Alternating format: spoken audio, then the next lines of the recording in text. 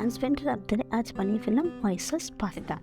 তো পাস্তা বানানোর জন্য প্রথমে কিছু ভেজিটেবল নিয়ে নিলাম, যেটা আপনারা দেখতে পাচ্ছেন কিছু সুইটকর্ন, গাজর, ক্যাপসিকাম, বিনস। বিয়ের আগে আমি অনেকবারই হোয়াইট সস পাস্তাটা বানিয়ে, কিন্তু এবার একটু স্পেশাল। ফার্স্ট টাইম বিয়ের পর আমি আমার হাজব্যান্ডের জন্য এই রান্নাটা করছি। তো ভেজিটেবলগুলো ফ্রাইয়ের জন্য ফ্রাইং প্যানে একটু বাটার নিয়ে তার মধ্যে সমস্ত ভেজিটেবলগুলো দিয়ে দিলাম, আর দিয়ে দিলাম কিছু গার্লিক কুচি। অনেক ডাইরেক্ট তেলের মধ্যে আগে গার্লিকটা দেয়, তাতে ফ্লেভারটা হয়তো একটু বেশি আসবে, কিন্তু কালারটা হয়ে যাবে ডিফারেন্ট। কালারটা একটু ব্রাউন হয়ে গেলে হোয়াইট সস পাস্তার কালারটাও ডিফারেন্ট হয়ে যাবে, তার জন্য আমি গার্লিকটা একটু পরেই দিই। আর হ্যাঁ, এখানে টমেটোটা অ্যাভয়েড করা জরুরি, কারণ টমেটোর জন্য হোয়াইট সস পাস্তাটা একদম পিঙ্কিশ হয়ে যায়। তার জন্য আমিও টমেটোটা একদম অ্যাভয়েড করি। 5 থেকে 6 মিনিট এভাবে ভাজার পর দিয়ে দিলাম স্বাদ মতো কিছুটা নুন, আর দিয়ে দিলাম ব্ল্যাক পেপার পাউডার।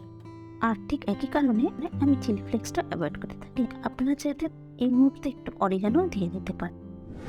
অন্য একটি পাত্রে জল গরম করে তাতে তেল এবং নুন দিয়ে বয়েল করতে হবে পাস্তাটা। এই ধরুন 7 থেকে 8 মিনিটের মধ্যে বয়েল হয়ে যায়।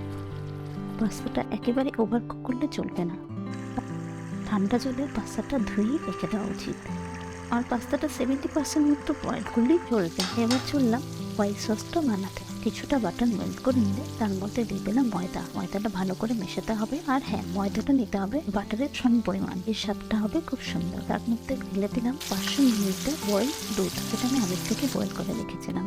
দিয়ে দিলাম স্বাদ মতো, আর অবশ্যই চিজ। আমি নিয়েছিলাম আমুলের চিজ। যখন এগুলো ফুটছিল, বেশ গন্ধটাও দারুণ আসছিল। আগে থেকে ভেজে রাখা ভেজিটেবল আর পাস্তা।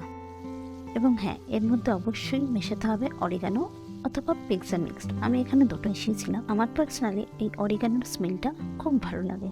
তারপর স্বাদের জন্য দিয়ে দিলাম একটু গোলমরিচ গুঁড়ো। ব্যাস রেডি হয়ে গেল আমার হোয়াইট সস পাস্তা।